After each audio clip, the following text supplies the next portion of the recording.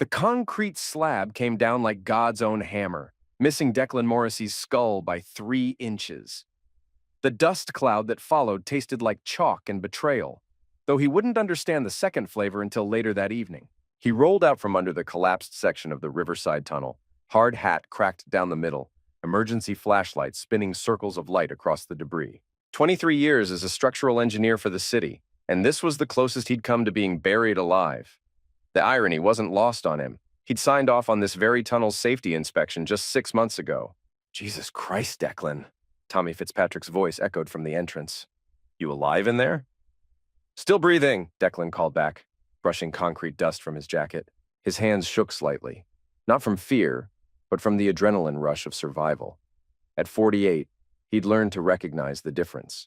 The drive home took longer than usual. Rain had started falling, turning the October evening into a mess of headlights and brake lights. Declan used the time to center himself, the way he always did after a close call. By the time he pulled into the driveway of his modest colonial on Maple Street, the shaking had stopped. The house looked warm and inviting, golden light spilling from the windows. Through the kitchen window, he could see his wife Camille moving around, preparing dinner. After 19 years of marriage, he still felt a small surge of gratitude seeing her there. She'd been working late shifts at the orthopedic hospital more often lately, and these quiet evenings together had become precious. There's the conquering hero, Camille said, as he walked through the door. She was stirring something that smelled like beef stew, her auburn hair pulled back in a practical ponytail. At 45, she'd kept herself in excellent shape, a requirement, she always said, for 12-hour shifts on her feet. Conquering what? Declan hung his jacket on the hook by the door and loosened his tie. The infrastructure of our fine city. Ava called. She got the promotion at the marketing firm. Senior account manager. Camille's smile was genuine, the kind that had made him fall for her in the first place. She's taking us out to dinner this weekend to celebrate. Their eldest daughter had been struggling to make it in Philadelphia's competitive marketing world. The promotion meant she could finally stop worrying about her mortgage payments, the ones Declan had been quietly supplementing for the past year. That's fantastic news. He meant it. Ava had inherited his work ethic and Camille's social intelligence. What about Isabel? How's freshman year treating her? You know how she is. Calls when she needs money, otherwise we get radio silence.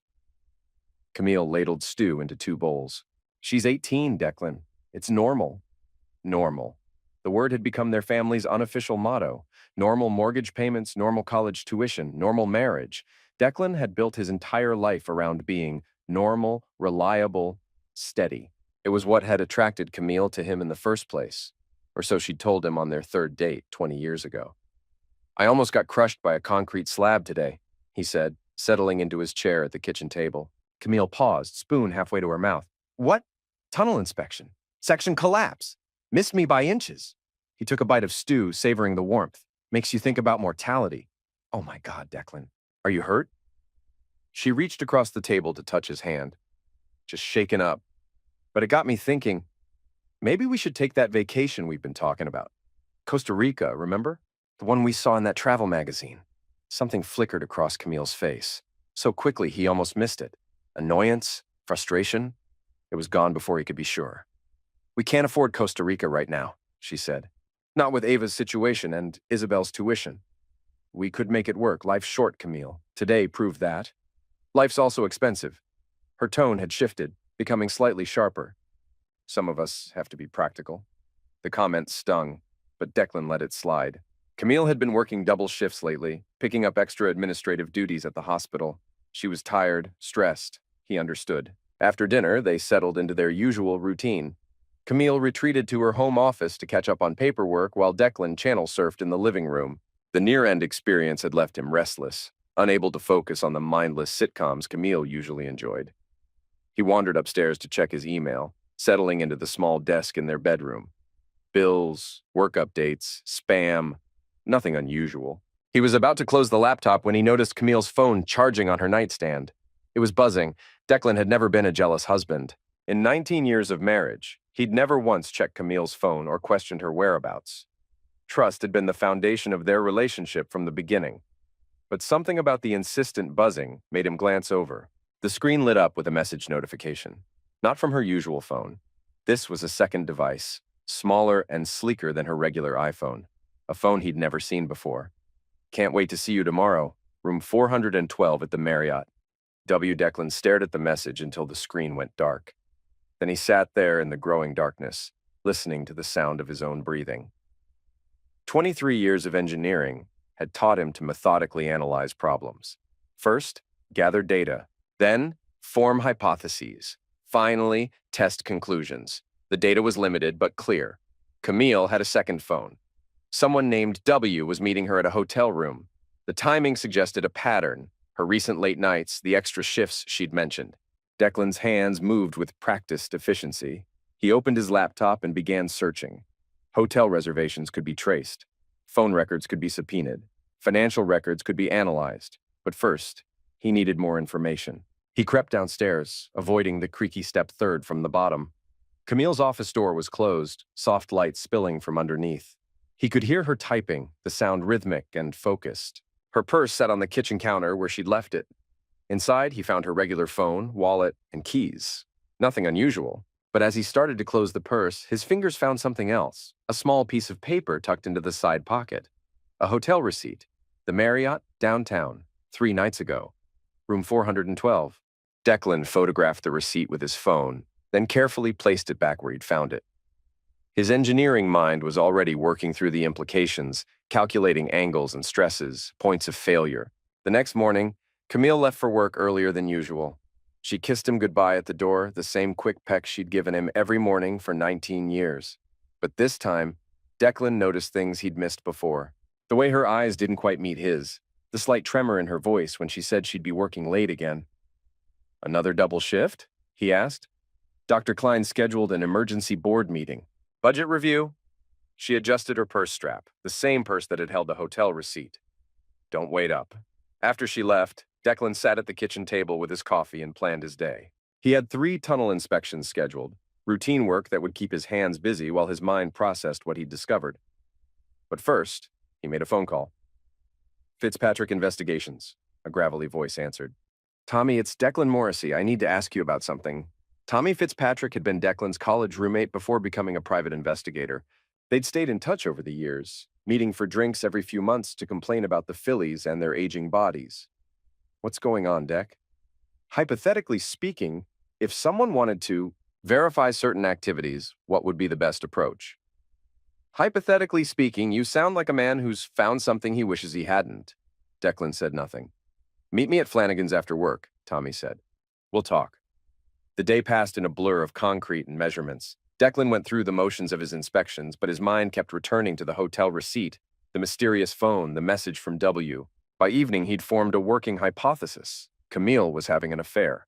The evidence was circumstantial, but compelling. The question now was what to do about it. Flanagan's was crowded with the usual after-work crowd: city employees, contractors, a few cops from the local precinct. Declan found Tommy in their usual booth, nursing a beer and reading the sports section. "You look like hell," Tommy said without looking up. "Feel worse." Declan ordered a whiskey, neat. "I need your help." Tommy folded his newspaper and leaned forward. "What kind of help?" Declan told him about the phone, the hotel receipt, the pattern of late nights. Tommy listened without interruption, occasionally nodding or making notes on a cocktail napkin. "Dr. Klein," Tommy said when Declan finished. "That's got to be Wesley Klein, head of orthopedics at Riverside General. Divorced about 6 months ago. Messy settlement. You know him?" "Know of him. His ex-wife hired me to document his assets during the divorce proceedings. Guy's got a reputation for being ambitious." "Ambitious how?" "Let's just say he's not shy about mixing business with pleasure. Hospital administration's been keeping a close eye on him since the divorce." Declan finished his whiskey and ordered another. "I need to know for sure, Tommy. I need evidence." "Evidence for what? Divorce proceedings?" "Maybe. Or maybe I just need to know how deep this goes." Tommy studied his friend's face. "Deck, you're not thinking clearly right now. You're hurt and angry, and that's natural. But don't do anything stupid. Define stupid. Anything that lands you in jail or dead. Trust me on this. Revenge is a luxury most people can't afford." Declan nodded, but his mind was already moving ahead, calculating angles, measuring stresses. Every structure had a breaking point. Every system had vulnerabilities. "I'll be careful," he said. Famous last words. That night, Declan lay in bed listening to Camille's breathing. She'd come home after midnight, sliding into bed quietly and mumbling something about the board meeting running late. In the darkness, he could smell hotel soap on her skin. He waited until her breathing became regular, then carefully extracted himself from the bed. The second phone was still on her nightstand, charging silently. Declan picked it up and scrolled through the messages. The conversation history painted a clear picture. Wesley Klein had been pursuing Camille for months, since shortly after his divorce. The messages progressed from professional courtesy to personal interest to explicit arrangements. Hotel rooms, restaurant reservations, intimate details that made Declan's stomach turn. But it was the tone that hurt most. In the messages, Camille sounded like a different person. Playful, flirtatious, alive in a way she hadn't been with him in years. She called Wesley brilliant and exciting. She complained about her boring home life and her predictable husband. Declan scrolled back through months of messages, documenting everything. Screenshots, timestamps, location data. His engineering mind cataloged it all with mechanical precision, even as his heart shattered. The most recent messages made his blood run cold.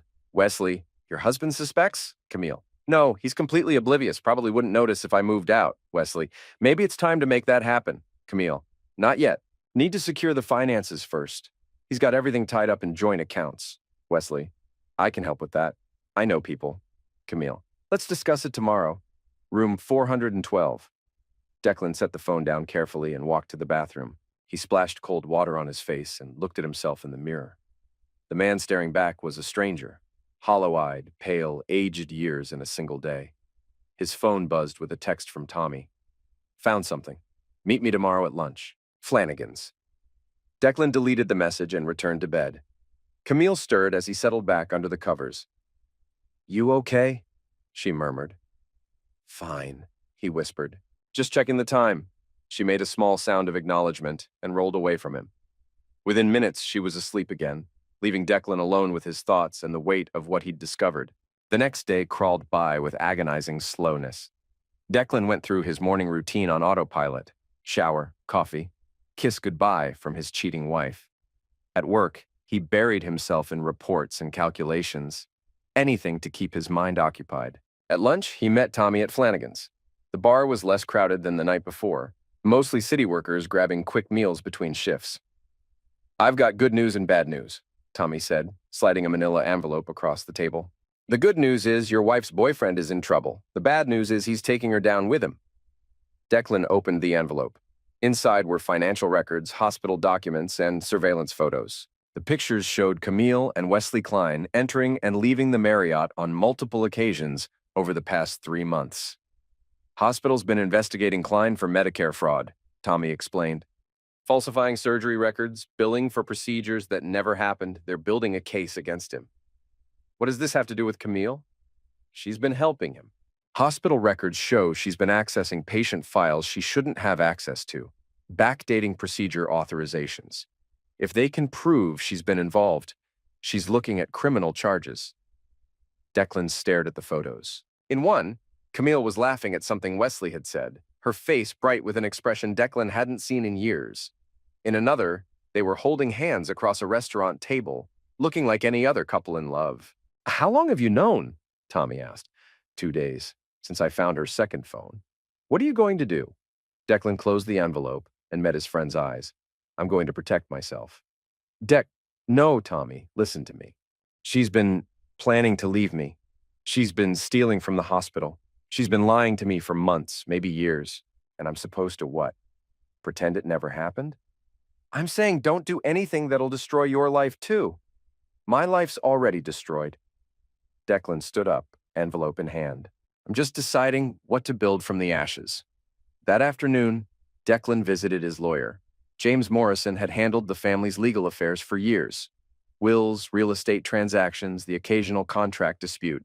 He was a steady, unflappable man who'd built his practice on discretion and thorough preparation. I need to discuss divorce proceedings, Declan said without preamble. Morrison set down his coffee and reached for a legal pad. I'm sorry to hear that, Declan. What are the grounds? Infidelity, fraud, take your pick. Declan laid out the evidence. The phone records, the hotel receipts, the hospital investigation. Morrison listened carefully, taking notes and asking pointed questions about dates, financial accounts, and potential asset disputes. "This is serious," Morrison said when Declan finished. "If your wife is involved in the Medicare fraud, she could be facing federal charges. That changes everything." "How so?" "Criminal conviction affects spousal support, asset division, everything." "But Declan, you need to be very careful about how you proceed. Any appearance of vigilante justice could backfire badly." "I'm not looking for vigilante justice. I'm looking for actual justice." Morrison nodded slowly. "I'll file the preliminary paperwork, but I want you to promise me something. Don't confront your wife directly. Don't do anything that could be construed as intimidation or maltreatment. Let the legal system work." "Of course," Declan said. But as he left the lawyer's office, his mind was already working through other possibilities. That evening, Camille came home at her usual time, no mention of working late. She seemed relaxed, almost cheerful, as she prepared dinner and talked about her day. "How was your meeting with the contractors?" she asked, seasoning chicken for their dinner. "Productive. We're moving forward with the Riverside project." "That's the tunnel that collapsed?" "Different section. The whole system needs reinforcement." Camille nodded absently, but Declan could see her attention was elsewhere. She kept glancing at her phone, waiting for messages that never came. Wesley Klein was probably busy covering his tracks, preparing for the investigation that was closing in on him. "Camille," Declan said carefully, "is everything okay at work?" "You seem distracted lately." She looked up sharply. "What do you mean?" "Just that you've been working so many extra hours. The board meetings, the administrative duties, it's a lot of pressure." "It's fine. Just busy." She turned back to the stove, but her shoulders were tense. "Why do you ask?" "No reason. I worry about you. That's all." "Well, don't. I can take care of myself." The edge in her voice was new, or maybe Declan was just hearing it clearly for the first time. How long had she been building walls between them? How long had she been planning her escape? After dinner, Camille retreated to her office again. Declan waited an hour, then quietly climbed the stairs to their bedroom. The second phone was there, as usual, but this time it was buzzing with multiple messages. Wesley was panicking. The hospital had called him in for a meeting tomorrow morning. He wanted to see Camille tonight, needed to discuss damage control. The messages were frantic, desperate. Camille's responses were calmer, but equally urgent. She would meet him at the usual place. They needed to get their stories straight. Most importantly, they needed to figure out how to protect themselves. Declan scrolled through the messages, documenting everything. Then he made a decision that would change the trajectory of his life forever. He called Tommy. "I need you to follow them tonight," he said. "Document everything. Video if possible." "Dec, I don't think—" "Tommy, they're meeting to destroy evidence. If we don't act now, they'll cover their tracks and disappear." "What are you going to do?" "What I should have done from the beginning. I'm going to tell the truth." An hour later, Declan watched from his bedroom window as Camille left the house. She'd told him she was going to check on her mother, but he knew she was driving to the Marriott to meet her lover and co-conspirator. He waited 10 minutes, then made his first call. "Hospital security, this is Declan Morrissey. I need to report suspected Medicare fraud involving Dr. Wesley Klein and nurse administrator Camille Morrissey." The security director listened carefully as Declan explained what he'd discovered. Financial irregularities, unauthorized access to patient records, systematic billing fraud. He had documentation, he said, evidence that could prove criminal activity. "We'll need you to come in tomorrow morning," the director said. "Bring everything you have." The second call was to the FBI's healthcare fraud tip line. A federal crime required federal investigation. Declan provided the same information, along with details about the conspiracy to destroy evidence. The third call was to Ava. "Dad, what's wrong? It's almost midnight." "I need you to come home, Ava. There's something important we need to discuss." "Is Mom okay? Did something happen?" "Your mother is fine, but our family is about to face some challenges. I need you and your sister to understand what's happening before you hear it from someone else." "You're scaring me, Dad." "I'm sorry, sweetheart, but I promise you everything I'm doing is to protect this family. Can you drive down tomorrow?" Yes, I can be there by noon." "Thank you. And Ava, I love you. I need you to remember that, no matter what happens next." The fourth call was to Isabel's dorm room. She was less receptive than her older sister, annoyed at being woken up and suspicious of the late-night family meeting, but she agreed to come home for the weekend. Declan's final call was to his mother. Martha Morrissey had been widowed for 5 years, living alone in the house where Declan had grown up. At 72, she was still sharp, still opinionated, still the moral center of the family's universe. Declan, what's wrong? Mom, I need to tell you something about Camille. He explained everything, the affair, the fraud, the lies. Martha listened in silence, occasionally asking pointed questions that revealed how much she'd suspected over the years. I never trusted her, Martha said when he finished. Too smooth, too charming. Your father always said pretty words were like fresh paint. They covered up the rot underneath. I loved her, Mom. I still love her. Love isn't enough, son. Not when there's betrayal involved. What are you going to do? What Dad would have done. I'm going to fight for what's right. Good. And Declan? Yes? Don't let her take the girls from you. They're going to be confused, angry. They might blame you for breaking up the family, but blood is thicker than water, and truth is stronger than lies. Declan hung up and sat in the dark kitchen, waiting for Camille to come home. Tommy had texted updates throughout the evening. Surveillance photos of Camille and Wesley entering the hotel, timestamps that would be crucial evidence in the coming legal proceedings. Camille returned at 2 a.m., slipping into the house quietly and tiptoeing upstairs. She undressed in the bathroom and slid into bed, probably thinking Declan was asleep. How's your mother? He asked quietly. What? Camille went rigid beside him. You said you were checking on your mother. How is she? Oh, she's fine. Just needed help with her computer. At midnight? She's a night owl, you know that? Declan knew no such thing. Camille's mother went to bed at 9 o'clock every night and had for as long as he'd known her. But he didn't challenge the lie. There would be time for truth tomorrow. Good night, Camille. Good night? Neither of them slept much. The morning brought gray skies and the first frost of the season. Declan made coffee and toast, going through the motions of normalcy while his wife showered and dressed for work. I might be late again tonight, she said, adjusting her hair in the hallway mirror. The Klein situation is getting complicated. I'm sure it is. Something in his tone made her look at him sharply. What's that supposed to mean? Nothing. Just that workplace complications tend to get messy. She stared at him for a long moment, then grabbed her purse and keys. I'll call you later. After she left, Declan drove to the hospital. The security director was waiting in his office, along with the hospital's chief legal counsel and an FBI agent who'd been assigned to the Medicare fraud investigation. Mr. Morrissey, the FBI agent said, we understand you have information about fraudulent billing practices. For the next 3 hours, Declan laid out everything he'd discovered. The unauthorized access to patient records, the falsified procedure codes, the systematic billing fraud that had been going on for months. He provided copies of the phone records, financial documents, and surveillance photos Tommy had taken. This is substantial evidence, the legal counsel said. We'll need to act quickly before they destroy any remaining documentation. What happens now? Declan asked. We execute search warrants, the FBI agent said. Computers, phones, financial records. We'll probably make arrests within the week. What about my wife? That depends on the extent of her involvement. If she was just following orders, she might face disciplinary action. If she was an active participant in the fraud, she's looking at federal charges. Declan nodded and stood to leave. There's something else you should know. They're meeting regularly to coordinate their activities. Hotel room 412 at the downtown Marriott. Tonight, probably around 8 o'clock. The FBI agent made a note. We'll have surveillance in place. Declan left the hospital and drove home to wait for his daughters. Eva arrived first, her usual confidence replaced by obvious worry.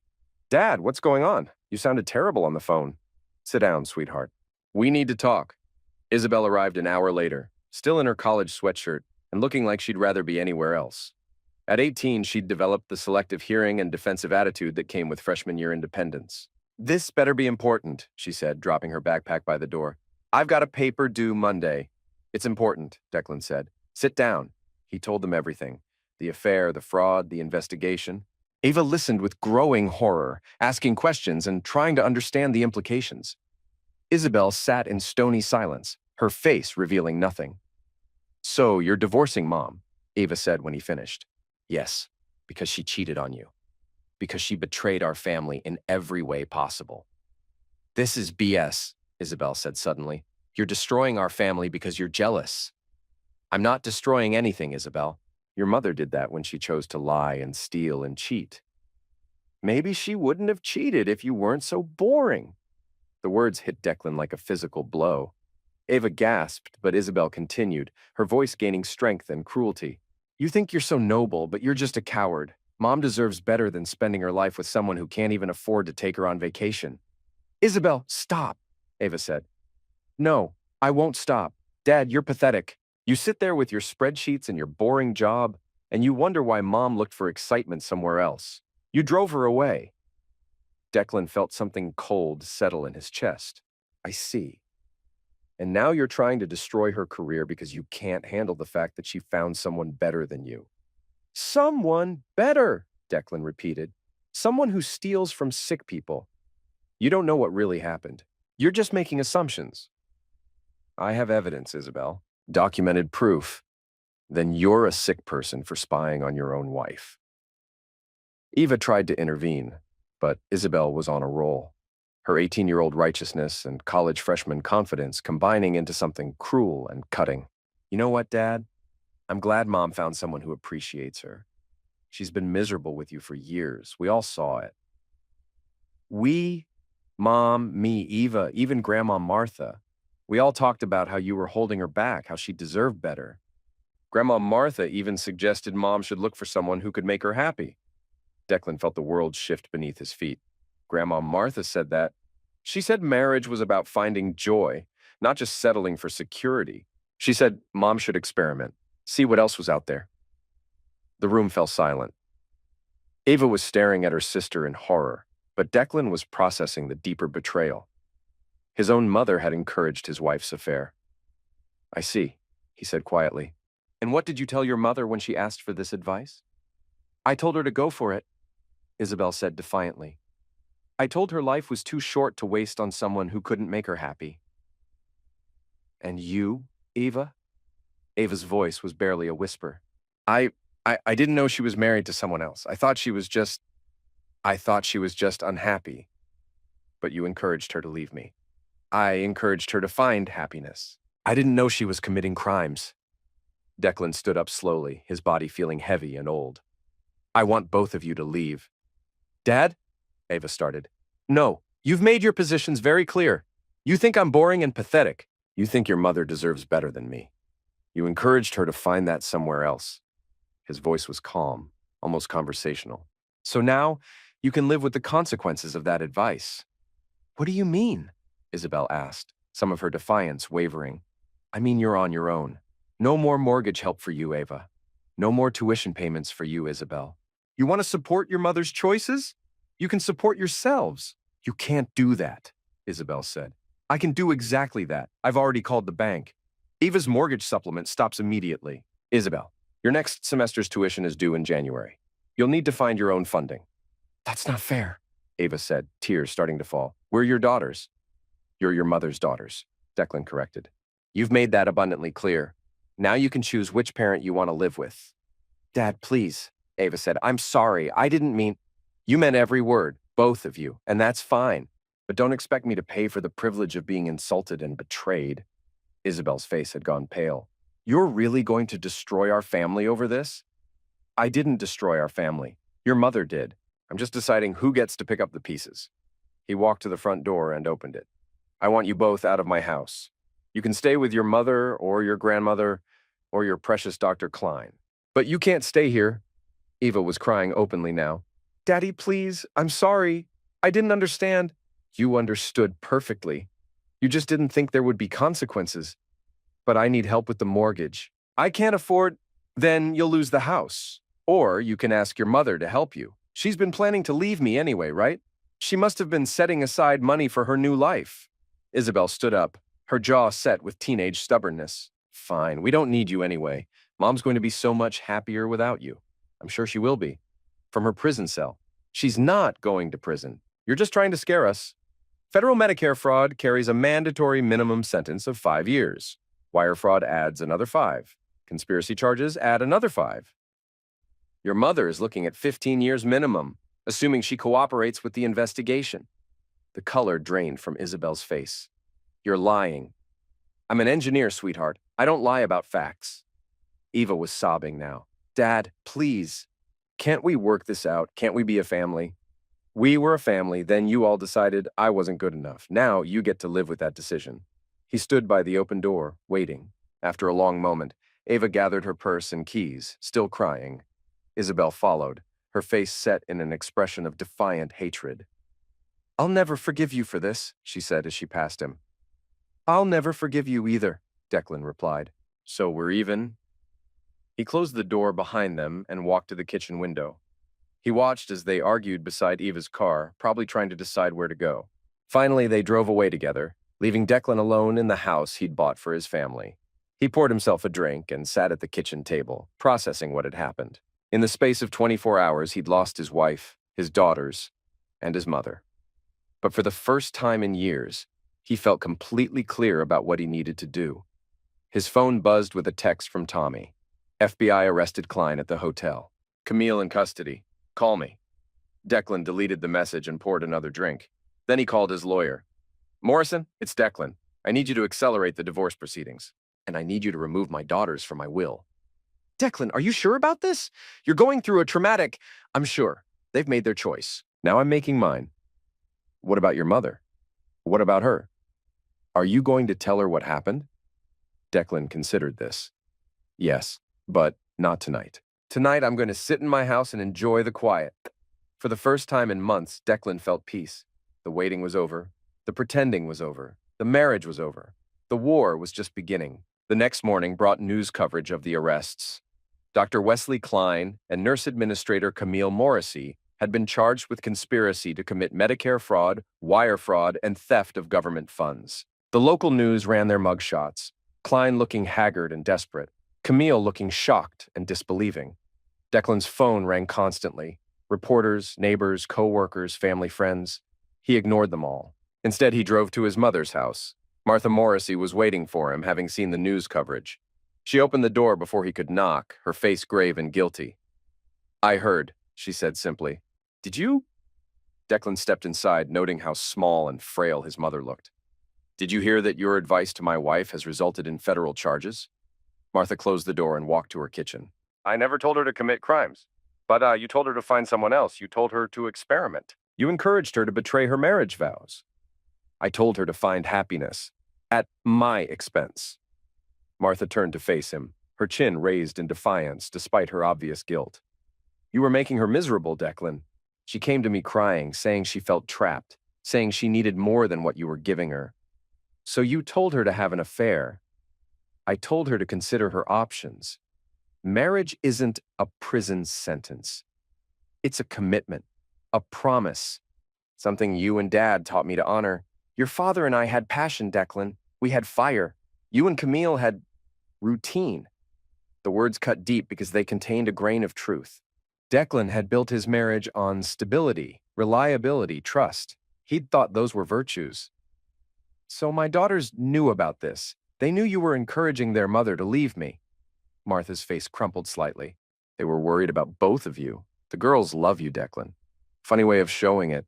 They called me boring, pathetic, said Camille deserved better. They're young. They don't understand. They understand perfectly. Just like you do. Declan moved toward the door. I want you to know that your advice has destroyed our family. Camille is facing 15 years in federal prison. Ava's going to lose her house. Isabel will have to drop out of college. And I'm filing for divorce. Declan, wait. No, Mom. I'm done waiting. I'm done being the steady, reliable, boring one. I'm done being taken for granted. What are you going to do? Declan paused at the door. I'm going to rebuild my life without any of you. He left his mother's house and drove to the courthouse.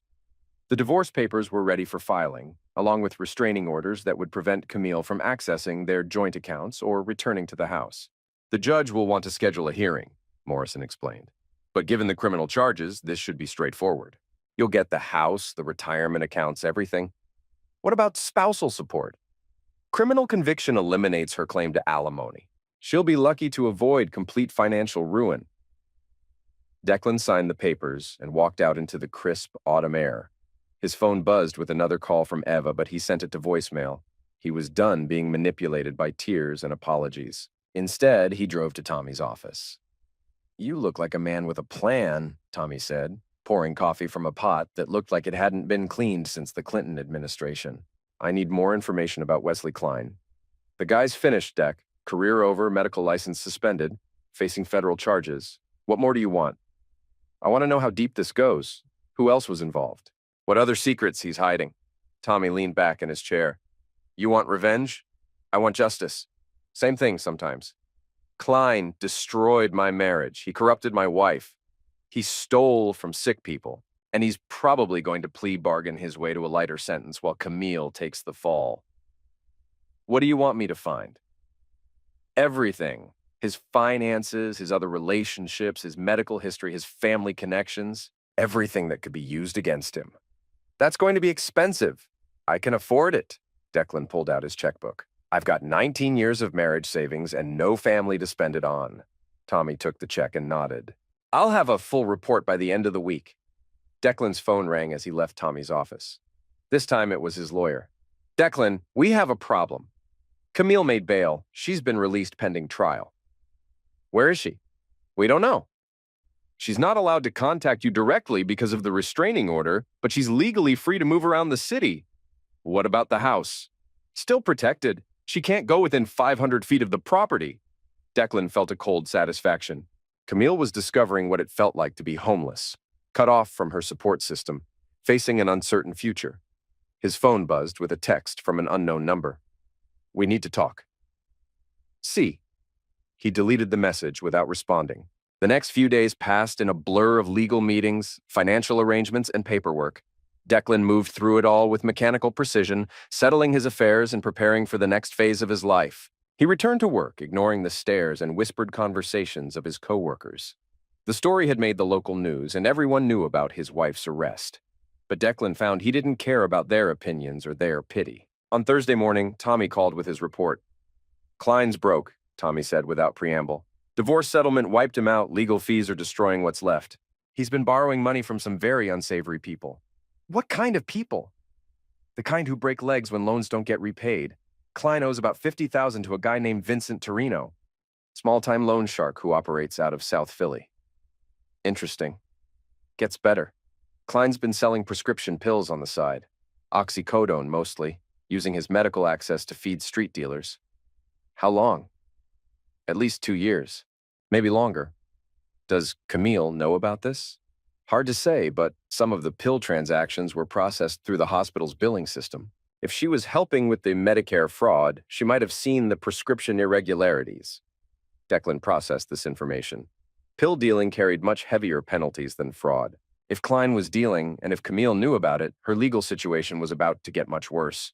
There's something else, Tommy said. Klein's medical license. He's had 3 malpractice suits in the past 5 years. Hospital's been covering for him, settling out of court. What kind of malpractice? Botched surgeries, mostly. One patient died from complications after Klein operated while allegedly intoxicated. Family got a big settlement. Klein got a slap on the wrist. Declan felt his anger crystallizing into something harder and more focused. Wesley Klein wasn't just a homewrecker and a thief. He was a butcher who'd been protected by the system. I want copies of everything, Declan said. What are you planning? I'm planning to make sure justice gets served. That evening, Declan sat in his empty house and made a series of phone calls. The first was to the DEA's prescription pill misuse hotline. He provided detailed information about Klein's pill dealing operation, including dates, amounts, and the names of dealers he'd identified from Tommy's report. The second call was to the state medical board. He reported Klein's history of malpractice, the pattern of cover-ups, and the hospital's failure to discipline a dangerous doctor. The third call was to Vincent Torino's social club in South Philadelphia. Yeah? A gravelly voice answered. I have information about Dr. Wesley Klein. Who is this? Someone who thinks Klein needs to face his responsibilities. There was a long pause. What kind of information? The kind that might help you collect your money. Klein's hiding assets. I know where they are. You wearing a wire? I'm a structural engineer, not a cop. I just want Klein to pay for what he's done. Meet me tomorrow night, Tony's bar on Passyunk. 9 o'clock. How will I know you? I'll know you. The line went dead. Declan spent the rest of the evening planning his next moves. Klein was about to discover that destroying a family had consequences beyond legal proceedings. The next day brought more unwelcome news. Ava had called in sick to work and was apparently hiding out at a friend's apartment, unable to face her co-workers after the news coverage. Isabel had dropped out of her classes and was staying with Camille's sister in New Jersey. His daughters were suffering, and part of Declan felt guilty about that. But a larger part of him remembered their words, their casual cruelty, their assumption that he would always be there to clean up their messes.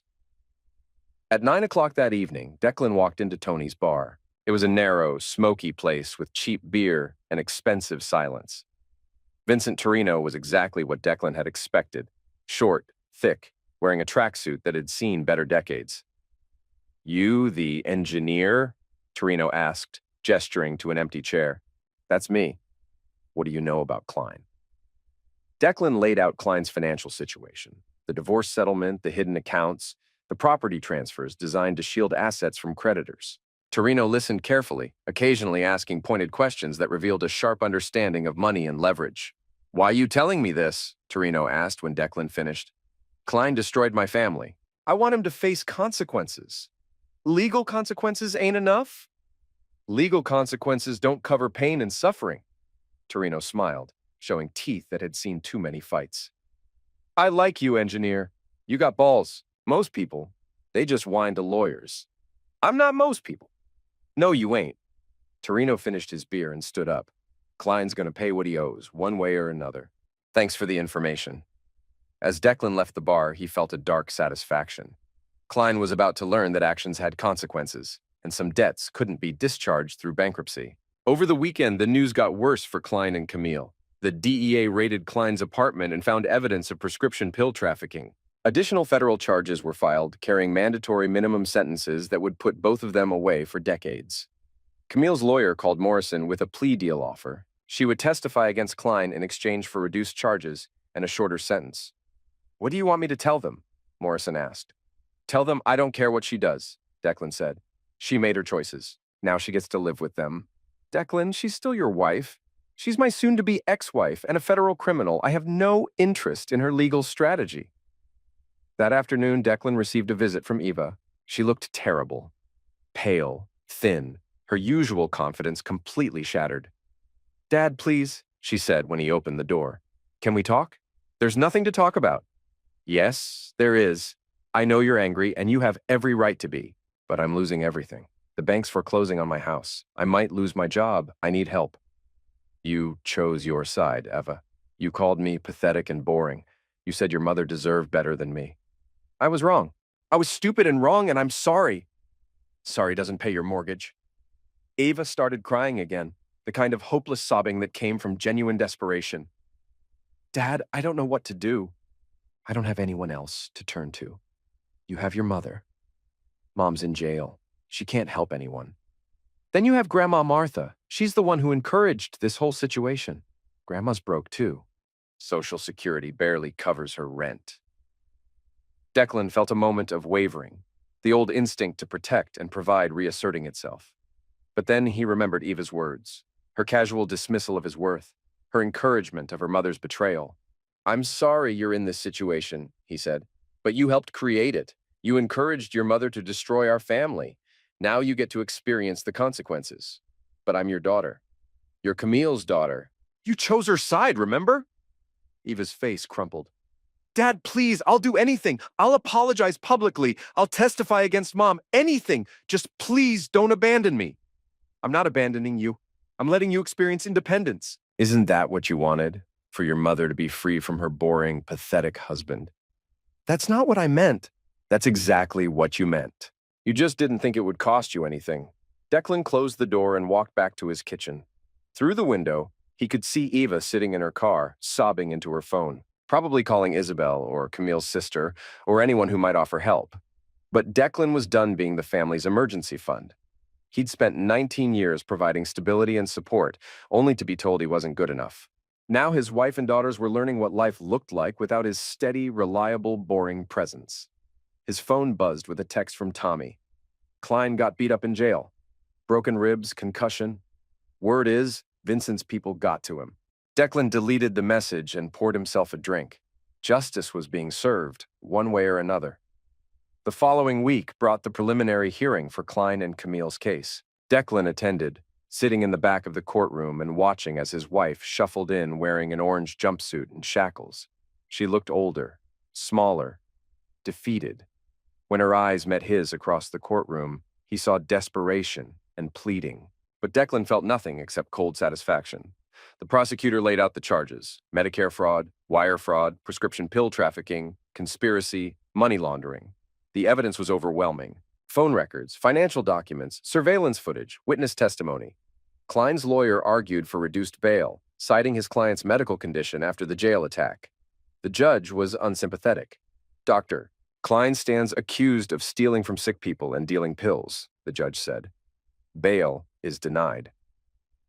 Camille's lawyer made a similar argument, emphasizing her cooperation with the investigation and her status as a first-time offender. The judge set bail at $500,000, money that didn't exist. As the defendants were led away, Camille turned to look at Declan one more time. Her mouth formed the word please, but he simply stared back with empty eyes. Outside the courthouse, reporters tried to interview him. Declan ignored their questions and walked to his car. The story was simple enough. Trusted professionals had betrayed their oaths and stolen from vulnerable people. There was nothing more to add. That evening, Eva called again. "Dad, I saw the news coverage. Mom looked terrible." "Your mother is a federal criminal awaiting trial. How did you expect her to look?" "She's still my mother. And your wife." "She stopped being my wife the moment she decided to betray our marriage. And she stopped being your mother when she chose her own selfish desires over her family's welfare." "That's not fair." "Fair?" Declan's voice rose slightly. "Was it fair when she spent months lying to me? Was it fair when she stole from sick people? Was it fair when you told me I was pathetic and boring?" "I didn't mean—" "You meant every word, just like your mother meant every lie she told me. Just like Grandma Martha meant every word of encouragement she gave to your mother's affair." "We're your family." "No, Eva, you were my family. Now you're strangers who happen to share my last name." He hung up and blocked her number. The next few weeks passed quietly. Declan returned to his normal routine: work, home, solitary dinners, peaceful evenings without drama or lies. He discovered that he actually enjoyed the silence, the predictability, the absence of emotional manipulation. Tommy provided regular updates on Klein's situation. The doctor had been transferred to protective custody after a second attack, but his legal position was hopeless. The pill trafficking charges alone carried a 20-year minimum sentence. Camille's situation was slightly better. Her cooperation with the prosecution had earned her consideration for a reduced sentence, but she was still looking at 5 to 7 years in federal prison. More importantly for Declan, the divorce proceedings were moving smoothly. With Camille unable to contest the filing and facing criminal conviction, the court was prepared to grant Declan everything he'd asked for: the house, the savings, the retirement accounts, even Camille's car and personal property. In December, 3 months after the arrests, Declan received an unexpected visitor. Vincent Torino stood on his front porch, wearing the same tracksuit and the same carnivory smile. "Engineer," Torino said. "Got a minute?" "What do you want?" "To thank you. Klein paid up. With interest." "I don't know what you're talking about." "Course you don't. But hypothetically speaking, if someone had provided information that helped collect a debt, that someone might be entitled to a finder's fee." Torino handed Declan an envelope. Hypothetically, inside was $5,000 in cash. "I can't accept this," Declan said. "Sure you can. Think of it as compensation for services rendered, or a Christmas bonus, or whatever helps you sleep at night." Torino started to leave, then turned back. "You know, engineer, you got a talent for this kind of work. If you ever get tired of inspecting tunnels, give me a call." Declan closed the door and stared at the money. It represented everything he'd never wanted to become: vengeful, calculating, willing to use violence by proxy. But it also represented justice served when the legal system moved too slowly. He put the money in his safe and tried not to think about what it meant. Christmas arrived without celebration. Declan spent the day alone, reading and watching old movies. Ava and Isabel had sent cards, awkward, desperate attempts at reconciliation that went unanswered. His mother called, her voice thin and uncertain. "Declan, it's Christmas." "I'm aware." "Are you coming for dinner?" "No." "Son, this has gone on long enough. We're family. We make mistakes, but we forgive each other." "Some mistakes can't be forgiven, Mom. Some betrayals are too deep. I never meant for any of this to happen." But you did mean to encourage my wife to have an affair. You did mean to undermine my marriage. You did mean to turn my daughters against me." Martha was crying now. I thought I thought she was unhappy. I thought she needed more excitement in her life. She had excitement. She had love, security, loyalty, commitment. She had a family. But that wasn't enough for her. And it wasn't enough for you. What can I do to make this right? Nothing. Absolutely nothing. He hung up and turned off his phone. In January, the plea bargains were finalized. Klein pled guilty to all charges in exchange for a 25-year sentence. He would be eligible for parole in 15 years, assuming he survived that long in federal prison. Camille pled guilty to fraud and conspiracy charges in exchange for a 7-year sentence. She would likely serve 5 years with good behavior. The divorce was finalized the same week. Declan walked out of the courthouse as a free man, legally and financially independent, tied to no one and responsible for no one except himself. That evening, he drove to the Riverside Tunnel, where his ordeal had begun 6 months earlier. The section that had collapsed had been repaired and reinforced. The tunnel was stronger now, more resistant to the stresses that had caused the original failure. Declan understood the metaphor. Sometimes structures needed to collapse completely before they could be rebuilt properly. His phone buzzed with a text from an unknown number. "Dad, it's Eva. I got your number from Uncle Mike. I'm sorry for everything. I know you probably won't read this, but I need you to know that losing you has been the worst part of this whole nightmare. I love you." Declan stared at the message for a long time. Part of him wanted to respond, to rebuild something from the wreckage of their relationship.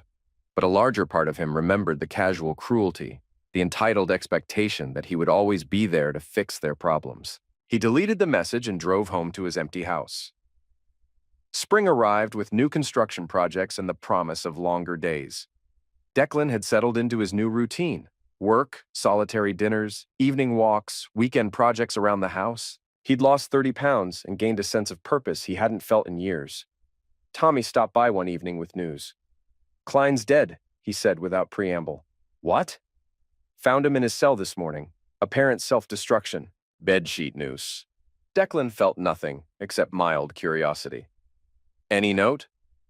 "Nothing official, but word is he couldn't handle the prospect of 25 years inside." "What about Camille?" "Still serving her time. Model prisoner, apparently. Could be out in 4 years." Declan nodded and offered Tommy a beer. They sat on the back porch, watching the sunset paint the sky in shades of orange and red. "You ever regret it?" Tommy asked. "The way things turned out?" "Regret what? Telling the truth? Refusing to be taken advantage of? Standing up for myself?" "Cutting off your family." Declan considered this. "They cut me off first, Tommy. I just made it official. And if Eva or Isabel came to you tomorrow, genuinely sorry, wanting to rebuild, then they'd discover that some bridges once burned can't be rebuilt." Tommy nodded and finished his beer. "You've changed, Deck. You're harder now. I'm more honest now. I spent 48 years being what other people wanted me to be. Steady, reliable, forgiving. It nearly destroyed me. And now I'm what I choose to be, and I choose not to be anyone's safety net." As summer turned to fall, Declan received word that his mother had died. Heart attack, quick and painless according to the doctor. The funeral was small. A few church friends, some distant relatives, Eva and Isabel looking lost and alone. Declan watched from across the cemetery, far enough away to avoid conversation but close enough to pay his respects. When the service ended, Ava started walking toward him, but he was already gone, disappearing into the crowd of mourners. Martha's will left everything to her granddaughters. The house, her savings, her personal effects. It wasn't much, but it was something. Declan felt no resentment about being excluded. His mother had made her choice, just as he'd made his. 2 years after the arrests, Declan received a letter from Camille. It had been forwarded through Morrison's office since she didn't have his current address.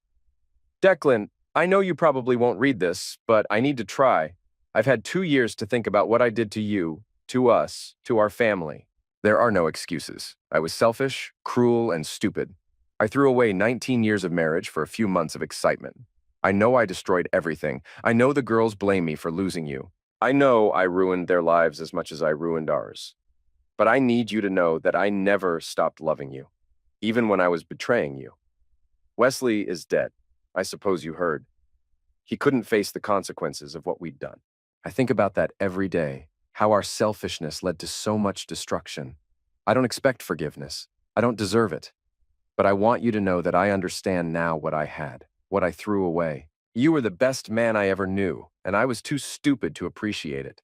The girls ask about you sometimes. They're struggling, but they're surviving. Eva lost her house but found a smaller apartment. Isabel finished college on loans and grants. They both regret what they said to you. They both love you. I'll be released next year. I don't know where I'll go or what I'll do. I just know that I'll spend the rest of my life regretting what I did to you. I love you. I always loved you. Camille Declan read the letter twice, then fed it into his paper shredder. Love without loyalty was just words. Regret without consequences was just sentiment. He poured himself a drink and sat on his back porch, watching the sun set over the city he'd spent his career keeping safe. In the distance, he could see the lights of the Riverside Tunnel, stronger now than it had ever been. Some structures could be repaired. Others needed to be demolished completely and rebuilt from the foundation up. Declan had chosen demolition. 3 years after the arrests, on a cold February morning, Declan was inspecting a bridge downtown when he saw Eva. She was walking out of a coffee shop, looking older but more confident than the last time he'd seen her. She spotted him across the street and froze. For a moment, they stared at each other across the flow of morning traffic. Eva raised her hand slightly, a tentative wave. Declan looked at her for a long moment, then turned and walked away.